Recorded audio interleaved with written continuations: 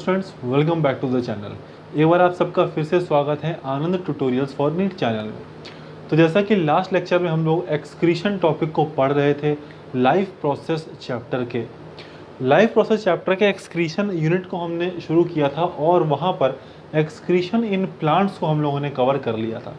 आज हम बात करेंगे एक्सक्रीशन इन एनिमल्स के बारे में।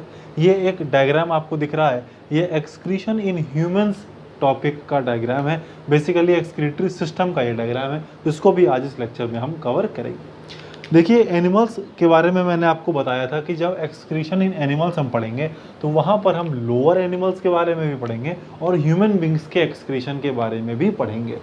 तो सबसे पहले हम बात कर लेते हैं excretion in the lower animals. ठीक है, लोअर एनिमल्स के एक्सक्रीशन की अगर हम बात करें तो वहाँ बेसिकली हमें दो एग्जाम्पल याद रखना है क्लास 10th लेवल पे। ये वीडियो क्लास 10th लेवल पे बनाया जा रहा है, तो आप बहुत ज़्यादा नीट के सिलेबस तक को हम कवर नहीं करेंगे, 10th लेवल के हिसाब से ही वीडियो में डिस्कशन करेंगे। देखिए, लोअर एनिमल्स की हम बात करें तो हमें दो एग्जाम्पल याद रखना है। पहला एग्जाम्पल हमें याद रखना है, वो रखना है अर्थवर्म का। अर्थवर्म का हमें एग्जाम्पल याद रखना है। अर्थवर्म में आपसे पूछा जाएगा कि एक्सक्रीटरी ऑर्गन क्या है, तो यहाँ पर दो एक्सक्रीटरी ऑर्गन है। पहला एक्सक्रीटरी ऑर्गन नेफ्रीडिया होता है और दूसरा एक्सक्रीटरी ऑर्गन इसका मॉइस्ट स्किन होता है। अर्थवर्म का जो मॉइस्ट स्किन है वो भी एक्सक्रीटरी ऑर्गन की तरह काम करता है। इससे ज़्यादा आपको अर्थवर्म में कुछ नहीं पूछा जाएगा। नेफ्रीडिया और मॉइस्ट स्किन हमें याद रखना चाहिए। दूसरा एग्जाम्पल है वो है अमीबा का। अमीबा के बारे में पूछा जाएगा तो अमीबा में दो एक्सक्रीटरी प्रोडक्ट होते हैं, एक कार्बन डाइऑक्साइड होता है और दूसरा अमोनिया होता है। ठीक है, कार्बन डाइऑक्साइड रिलीज होता है सेल मेम्ब्रेन के थ्रू और अमोनिया रिलीज होता है कॉन्ट्रैक्टाइल वैक्यूल्स के थ्रू। ठीक है, यानी कि अमीबा में दो अलग अलग एक्सक्रीटरी प्रोडक्ट हैं, उसको रिलीज कराने के दो अलग अलग एक्सक्रीटरी ऑर्गन है। एक सेल मेम्ब्रेन जो CO2 को रिलीज आउट कराता है, दूसरा कॉन्ट्रैक्टाइल वैक्यूल जो कि अमोनिया का एक्सक्रीशन कराता है। ठीक है, तो ये लोअर एनिमल्स में हमें केवल इन दो बातों को ध्यान रखना है। अब बात करते हैं एक्सक्रीशन इन ह्यूमंस के बारे में। हम बात कर रहे हैं एक्सक्रीशन इन ह्यूमंस के बारे में। लोअर एनिमल में आपको एक्सक्रीटरी सिस्टम नहीं मिलता है, लेकिन ह्यूमन बींग्स में यानी कि हायर ऑर्गेनिजम्स में पूरा का पूरा एक्सक्रीटरी सिस्टम हमें मिलता है। ठीक है, तो ये वो एक्सक्रीटरी सिस्टम है। बेसिकली इसके चार पार्ट होते हैं, किडनी, यूरेटर, यूरिनरी ब्लैडर और यूरेथ्रा। इन्हीं चारों को हम डिस्कस कर लेते हैं। डायग्राम से ही हम पढ़ लेते हैं। किडनी के बारे में अगर हम बात करें तो किडनी वन पेयर है, जैसा कि दो है तो kidney one pair reddish brown colour का होता है। ठीक है, राइट किडनी थोड़ा सा नीचे होता है, लेफ्ट किडनी थोड़ा सा ऊपर होता है। ऐसा इसलिए क्योंकि राइट किडनी के ऊपर लिवर पाया जाता है। ठीक है, तो लिवर को एकोमोडेट करने के लिए भी राइट किडनी थोड़ी सी नीचे होती है। ठीक है, अच्छा, अब इस किडनी से आप देख रहे होंगे एक पाइप निकला है, दोनों किडनी से एक एक पाइप निकला है जिसे हम यूरेटर कह रहे हैं। तो बेसिकली यूरेटर एक पाइप है जो कि किडनी से यूरिन को कैरी करता है इस बैग लाइक स्ट्रक्चर में, जिसे हम यूरिनरी ब्लैडर कहते हैं। मतलब कि यूरेटर का सिर्फ काम इतना है कि ये किडनी में बनने वाले यूरिन को यूरिनरी ब्लैडर तक पहुंचा दे। ठीक है, जिस पॉइंट से यूरेटर अराइज हुआ है उस पॉइंट से आप देख रहे हैं कुछ रेड कलर के भी पाइप निकले हैं, कुछ ब्लू कलर के भी यहाँ पाइप निकले। तो ये जो रेड कलर के पाइप हैं इन्हें हम रीनल आर्टरी कहते हैं और ये जो ब्लू कलर के हैं इन्हें हम रीनल वेन कहते हैं। ठीक है, रीनल आर्टरी और रीनल वेन ब्लड सप्लाई करती है किडनी को। ठीक है, और इन्हीं ब्लड के थ्रू किडनी एक्सक्रीटरी प्रोडक्ट को रिमूव करता है। मतलब जो ब्लड किडनी को सप्लाई किया जाता है उस ब्लड से किडनी एक्सक्रीटरी प्रोडक्ट्स को रिमूव कर लेता है। ठीक है, चलिए, जब एक्सक्रीशन हो जाता है, यूरिन बन जाता है, तो यूरेटर के थ्रू इस यूरिन को किडनी से यूरिनरी ब्लैडर नाम के बैग में ट्रांसफ़र कर दिया जाता है। ठीक, एक एक्स्ट्रा पॉइंट 10th लेवल पे ज़रूरत नहीं है, लेकिन नॉलेज के लिए बता दें, जिस पॉइंट से किडनी के जिस पॉइंट से यूरेटर, आर्टरी, वेन्स निकलते हैं उस पॉइंट को हम हाइलम या हाइलस कहते हैं। ये पॉइंट 10th लेवल पे जरूरत नहीं है, लेकिन आप याद रख सकते हैं। ठीक है, बात करते हैं यूरिनरी ब्लैडर की। यूरिनरी ब्लैडर एक बैग लाइक स्ट्रक्चर है जिसका काम होता है यूरिन को टेम्पररी स्टोर करना, परमानेंटली नहीं, टेम्पररी स्टोर करना। ठीक है, यूरिनरी ब्लैडर के जो वॉल्स हैं, इनके वॉल में एक मसल पाई जाती है जिसे हम कहते हैं डेट्रूसर मसल्स। कौन सा मसल? Detrusor muscle. ठीक है, इन जो वॉल में पाई जाती मसल्स उन्हें हमने कह दिया डेट्रूसर मसल। इसके बाद एक बात और, यहाँ पे एक स्पेशल एपिथीलियम पाई जाती है जिसे कहते हैं ट्रांजिशनल एपिथीलियम। ठीक है, ट्रांजिशनल एपिथीलियम जो होता है वो वाटर के लिए इम्परमिएबल होता है।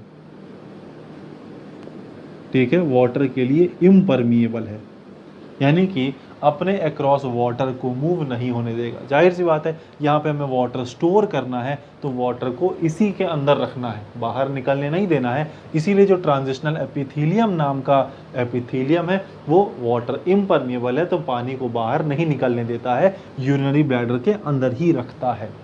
ठीक है, अगली चीज़, यहाँ पे आप देख रहे हैं कुछ क्लाउड जैसा आपको दिख रहा होगा। बेसिकली क्लाउड नहीं, ये नर्व एंडिंग्स दिखाई गई है और इस एरिया को हम कहते हैं ट्राइगोन। इस एरिया को ट्राइगोन कहा जाता है, यानी ट्राइगोन वो एरिया है जहाँ पर यूरिनरी ब्लैडर में नर्व एंडिंग्स पाई जाती। मतलब क्या है इसका? मतलब ये हुआ कि जब कभी भी आप ऐसा समझ लें कि यूरिनरी ब्लैडर एक बैलून की तरह है, तो जब हम बैलून में पानी भरते हैं तो बैलून क्या होता है? फूलता है। ठीक है, उसी तरह जब यूरिनरी ब्लैडर में पानी भरेगा तो यूरिनरी ब्लैडर क्या होगा? फूलेगा। और यूरिनरी ब्लैडर की वॉल पे ये ट्राइगोन नाम के नर्व एंडिंग्स पाए जाते हैं। तो जैसे ही यूरिनरी ब्लैडर का वॉल खिंचता है, ये ट्राइगोन नर्व एंडिंग्स स्टिमुलेट हो जाते हैं और हमें यूरिनेशन, जिसे मिक्चुरेशन भी कहते हैं, उसकी फीलिंग आती है कि अब हमें यूरिनेट कर लेना चाहिए। तो ये जो फीलिंग है वो बेसिकली ट्राइगोन जनरेट करता है। बेसिकली जो इम्पल्स है यूरिनेशन का वो ट्राइगोन जनरेट करता है। ठीक है, यूरिनरी ब्लैडर का काम आपको समझ में आ गया। अब देखिए, यूरिनरी ब्लैडर से नीचे आप देख रहे हैं कुछ एक पाइप जैसा स्ट्रक्चर है, इसे हम कहते हैं यूरेथ्रा। ठीक है, यूरेथ्रा जो होता है वो 20 सेंटीमीटर होता है मेल्स में और 4 सेंटीमीटर होता है फीमेल्स में। ठीक है, इसका काम होता है जो यूरिनरी ब्लैडर में यूरिन स्टोर हुआ है उसको अप टू द सरफेस, यानी कि उस सरफेस पे, जिस सरफेस से ये हमारे बॉडी से बाहर निकल जाएगा, उस सरफेस तक कैरी करना। ठीक है, हमें बेसिकली यूरिन को हमारे बॉडी से बाहर रिलीज करना है, तो उस सरफेस तक, जिस सरफेस से ये बाहर रिलीज होगा उस सरफेस तक कैरी करता है यूरेथ्रा यूरिन को यूरिनरी ब्लैडर से। ठीक है, तो इतनी बात हमें याद रखनी चाहिए। किडनी के अगर हम डायमेंशंस की बात कर लें तो किडनी का डायमेंशन जो है वो 10 to 12 centimetre into 5 to 7 centimetre into 2 to 3 centimetre का होता है। ठीक है, यानी कि ये इसकी लेंथ हो गई, ये इसकी ब्रेथ और ये इसकी विड्थ हो गई।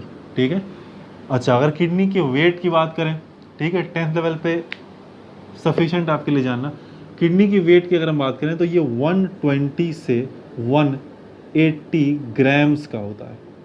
ठीक है, मेल्स में थोड़ा ज़्यादा होता है, मेल्स में ये 150 ग्राम्स का होता है अप्रॉक्स, और फीमेल्स में ये 135 ग्राम्स का होता है अप्रॉक्सीमेटली। ठीक है, तो इतना बहुत है। ठीक है, इसके अलावा एक इम्पॉर्टेंट पॉइंट जो आपको याद रखना चाहिए कि जो किडनी का यूनिट है, structural and functional unit of kidney, उसे हम नेफ्रॉन कहते हैं। ये बहुत इंपॉर्टेंट क्वेश्चन है, आपको याद होना चाहिए। किडनी का स्ट्रक्चरल और फंक्शनल यूनिट क्या है? तो नेफ्रॉन है, ये बात पता होनी चाहिए। ठीक है, नेफ्रॉन के भी अलग अलग पार्ट्स होते हैं, तो सिर्फ पार्ट्स के नाम मैं आपको बता देता हूँ। पार्ट्स के नाम आप 10th लेवल पे जान लें, इतना बहुत है। ठीक है, नेफ्रॉन के बेसिकली 3 पार्ट होते हैं। ठीक है, एक होता है मालफिजियन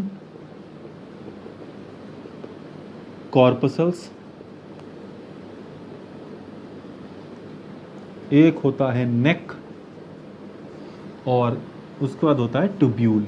तो बेसिकली ये 3 पार्ट। मालफिजन कॉर्पसल्स के 2 पार्ट होते हैं, बोमेंस कैप्सूल और glomerulus. Bowman's capsule and glomerulus. Tubule के भी 3 पार्ट होते हैं, PCT, loop of Henle and DCT. PCT है proximal convoluted tubules, LOH loop of Henle, DCT distal convoluted tubule. तो बेसिकली कह सकते हैं नेफ्रॉन के 3 पार्ट हो गए। पहला मालफिजन कॉर्पसल्स हो गया, दूसरा नेक हो गया और तीसरा ट्यूब्यूल्स हो गए। ठीक है, तो ये जो पूरा इंफॉर्मेशन मैंने आपको दिया वो मोर देन सफिशिएंट है आपके 10th लेवल पे।